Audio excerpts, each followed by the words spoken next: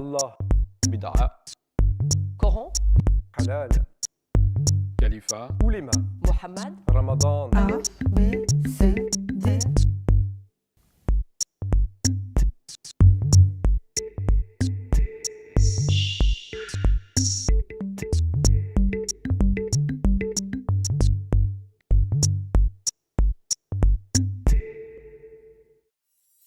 Hossein Ben Khaira, directeur d'études émérite à l'école pratique des hautes études.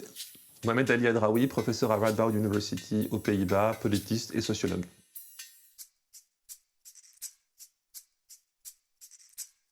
Alors, le terme halal vient d'une racine qui signifie ouvrir, dénouer, lever une interdiction. Alors, le problème, c'est moins d'ailleurs ce que signifie le mot lui-même que ce qu'il présuppose. L'idée du halal repose sur le présupposé qu'on doit séparer les choses et notamment les actions humaines selon le licite et l'illicite, puisque le halal c'est le licite, hein, et l'illicite c'est le haram, ce qui est défendu, ce qui est tabou, ce qui est prohibé. Le halal est entré dans le langage courant. C'est devenu un sujet aujourd'hui débattu, bien évidemment d'abord et avant tout par les musulmans, mais également dans la société, sur le plan public, médiatique et politique.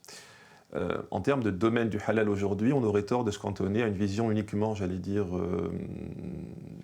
liée à la nourriture, plus particulièrement aux produits carnés, à la viande, puisqu'il est vrai que parmi les occurrences du terme halal, qui peut se traduire par ce qu'il est permis de faire, ce qu'il est désirable de faire, ce qu'il est bon de faire dans la religion musulmane, ce qu'il est encouragé de faire, ce qui sert une vision spirituelle et religieuse en théorie, de prime abord, eh bien, il n'y a pas que l'aspect de consommation. Par-delà la dimension de consommation de produits alimentaires, vous avez par exemple la vêture, l'éthique vestimentaire. Il y a des vêtements qui sont halal par rapport à des vêtements qui ne le sont pas, voire haram, c'est-à-dire le contraire de halal, non encouragé, voire condamné sur le plan de la morale.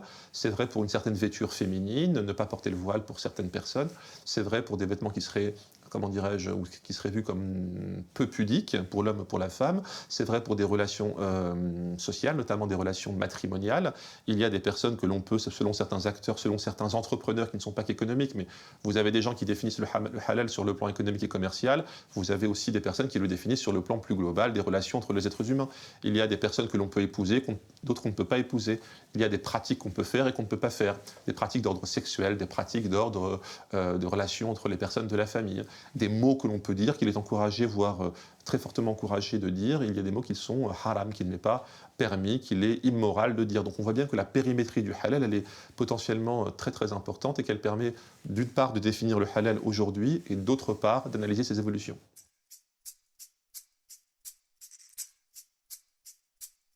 Très clairement, le halal relève d'un processus de construction religieuse. En ce sens, il est, comment dirais-je, il illustre la manière de concevoir l'islam aujourd'hui, notamment en termes de consommation, pas seulement, mais en termes de consommation, en termes de pratiques sociales, en termes de relations avec des non-musulmans, et on pourrait additionner les exemples. Si on veut par exemple s'intéresser à la question de la consommation halal, les domaines du halal, c'est aussi bien les produits carnés, la viande notamment, on parle d'ailleurs d'abattage rituel halal, comment est-il permis ou pas, encouragé ou pas, de sacrifier une bête, pour celles et ceux qui veulent avoir accès à de la viande carnée, des produits carnés. On peut également parler de consommation halal dans quasiment aujourd'hui tous les secteurs d'activité, tous les secteurs de consommation. Et si on veut introduire l'élément de sociologie du halal, une manière de, passez-moi l'expression, faire comme tout le monde, de s'intégrer dans les grands schémas de consommation qui ont pris en France. On parle de restauration halal, on parle de pizza halal, de burger halal, de sushi halal, et même de gastronomie française traditionnelle halal.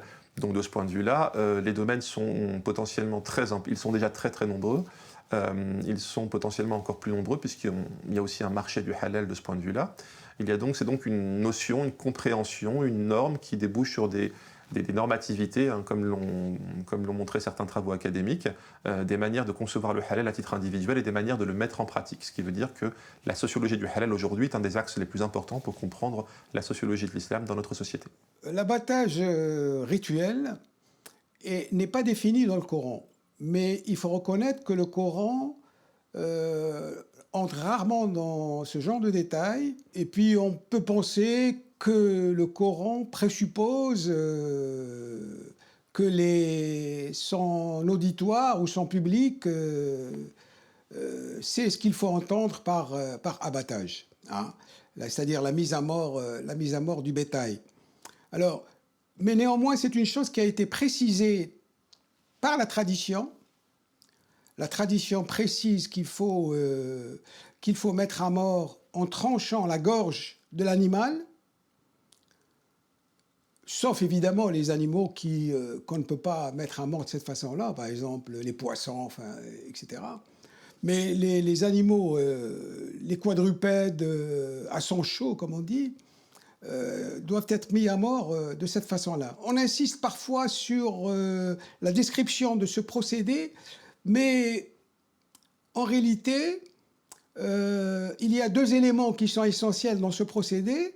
C'est le fait de lui-même de la mise à mort, c'est-à-dire l'égorgement de la bête, et le deuxième élément qui est considéré comme important, c'est le fait d'invoquer Dieu. Hein, ce sont les deux éléments essentiels. On entend parfois dire, on peut même lire que la bête doit être orientée dans la direction de la Mecque. Ce n'est pas du tout une obligation, il n'y a aucune nécessité pour cela. On peut l'orienter dans la direction qu'on veut, ça n'a pas d'espèce d'importance. Il y a par contre un élément sur lequel insiste le Coran, mais le Coran n'y insiste que de façon, disons, négative, en disant qu'il ne faut pas consommer la viande sur laquelle on a prononcé un autre nom que celui du vrai Dieu. Hein. Donc ces victimes sont considérées comme impropres à la consommation. Ça a donné lieu à un débat parmi les juristes théologiens.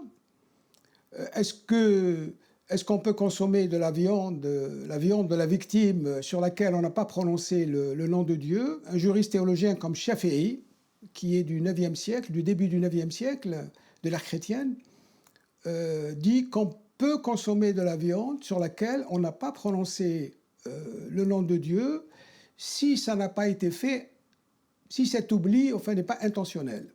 Un oubli ne peut pas être intentionnel.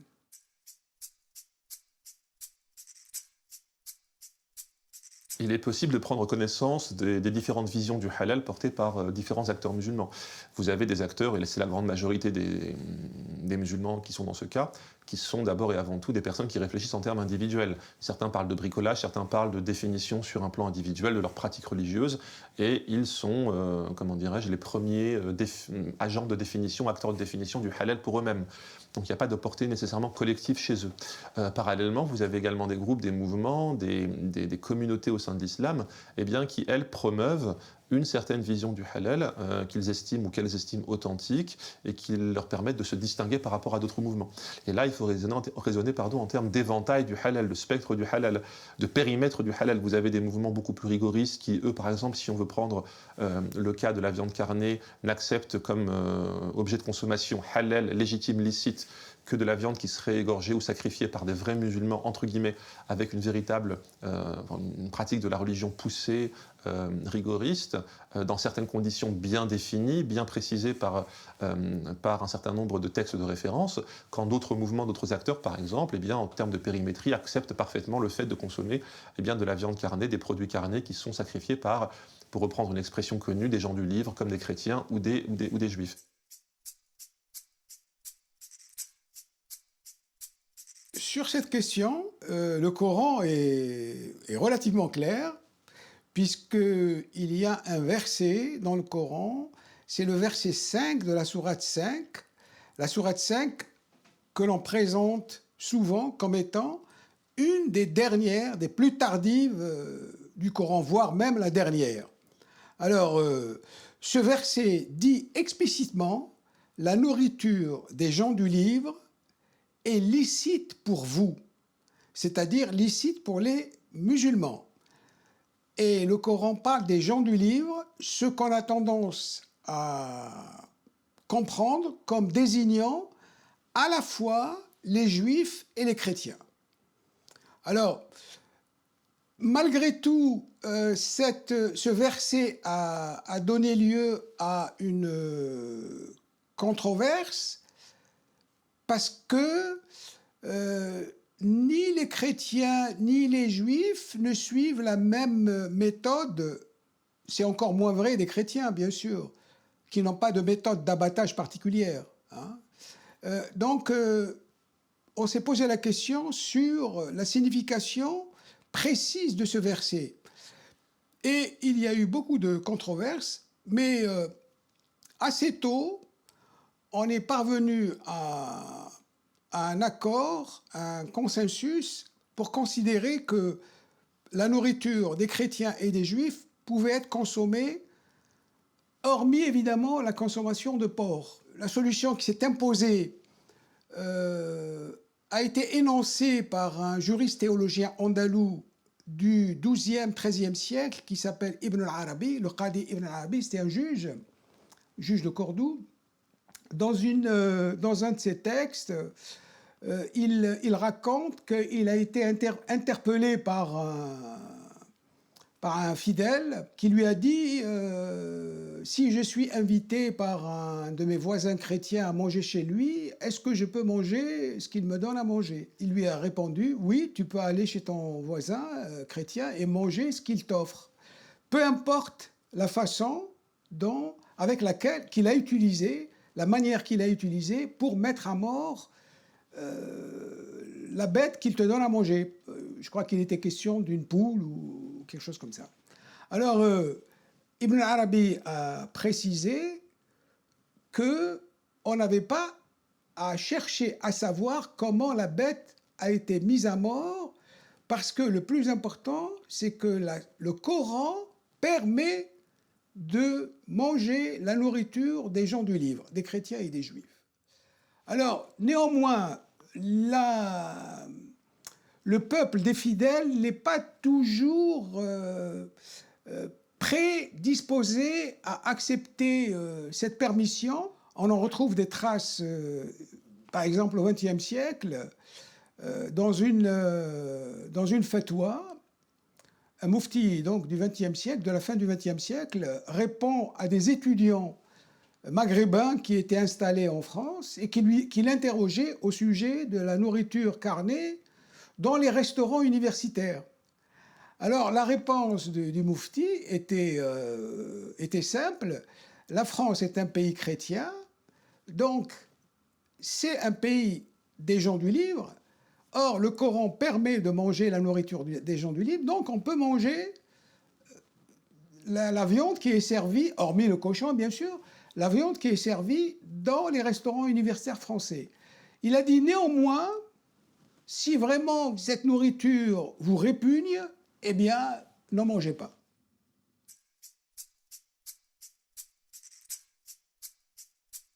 Il y a aujourd'hui incontestablement des indicateurs d'un halal way of life, d'une halalisation des pratiques de consommation, des normes de comportement, des discours dans la société. Ce qui signifie eh bien, que cette influence de la norme halal, de la valeur halal, eh bien, je dirais même de l'index halal, il est à prendre en compte dans l'analyse de la sociologie de l'islam en France et dans le monde. Sur le plan de la consommation, il y a des entrepreneurs de la certification qui cherchent à eh bien, normer le marché du halal, à dire ce qui est halal ou pas sur le plan des produits carnés, à titre d'illustration. C'est également vrai pour, admettons, le marché des bonbons, des confiseries, le marché bien évidemment aussi du vêtement, le marché de la restauration. Donc on pourrait penser que le halal, de ce point de vue-là, il est un facteur eh bien, de retour de l'islam ou de revivalisme musulman, ce qui est en partie vrai, mais qui est également un facteur d'intégration, à s'assimiler aux normes de consommation de la mondialisation, le fast-food halal, le burger halal, avec un certain nombre, encore une fois, de rivalités, de concurrence entre les différentes autorités, les différentes personnes qui cherchent à définir le meilleur contenu, le contenu le plus authentique du halal way of life, de la halalisation. Parallèlement à cette prégnance accrue du halal way of life, de cette halalisation de certaines pratiques, de certaines normes, eh bien, il y a également une une émergence aujourd'hui d'un débat public sur le halal, illustrant que le fait que le halal n'est plus uniquement dans les mains des musulmans, des acteurs musulmans, mais il est également passé dans les mains et les esprits de certains leaders politiques, certaines personnes sur le plan médiatique. On le voit à travers certaines polémiques. Il y a celle sur les cantines. Il y a quelques années, par exemple, des responsables politiques français pointaient du doigt l'existence d'une offre halal dans certaines cantines d'établissements scolaires français, donc théoriquement tenus au principe de laïcité.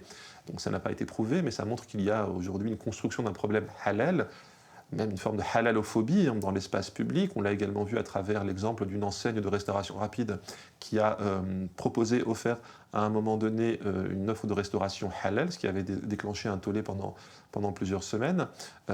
Plus proche de nous, la question de certains symboles nationaux, comme l'équipe de France de football, qui, encore une fois, il faut parler au conditionnel, dont l'encadrement aurait permis à certains joueurs musulmans de l'équipe de France de football de se nourrir de manière halal, ce qui n'a pas été, corroboré, mais ce qui montre ce qui avait été néanmoins attaqué, pris pour cible par certaines sphères politico-médiatiques qui avaient pointé du doigt le fait que le halal était en train de devenir aujourd'hui une réalité majeure et que c'était un signe de communautarisme, voire de séparatisme accru au sein de la société française. Donc tout cela montre bien à quel point le halal aujourd'hui est l'un des axes majeurs à travers lesquels sont formulés les débats sur l'islam et les polémiques sur l'islam dans la société française aujourd'hui et pour les années à venir.